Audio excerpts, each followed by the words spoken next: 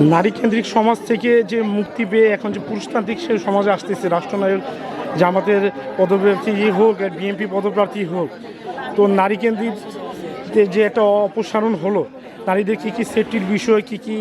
দিক লক্ষ্য রেখে সামনের দিকে অগ্রসর হলে দেশ ও জাতি সুবিধায় থাকবে বলে আপনি মনে করেন, একটু বলুন। আমার মনে হয় যে নারী কেন্দ্রিক থেকে পুরুষতান্ত্রিক অবশ্যই এটা একটা চেঞ্জ, যে এবার যারা দুই দলেরই বা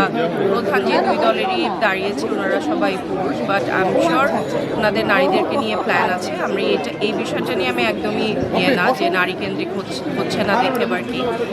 অবশ্যই দুই দলেরই বা যে দলই জয়যুক্ত হবে তাদের নারীদেরকে নিয়ে অবশ্যই প্ল্যান আছে। আমরা চাই এই প্ল্যানগুলো যেন তারা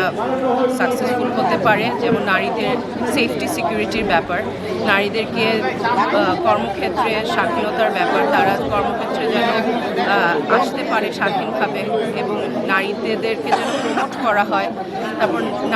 নারীদের স্বাস্থ্যের ব্যাপারে আমরা জানি যে আমাদের ইয়েগুলোর প্ল্যান আছে, এই প্ল্যানগুলো যেন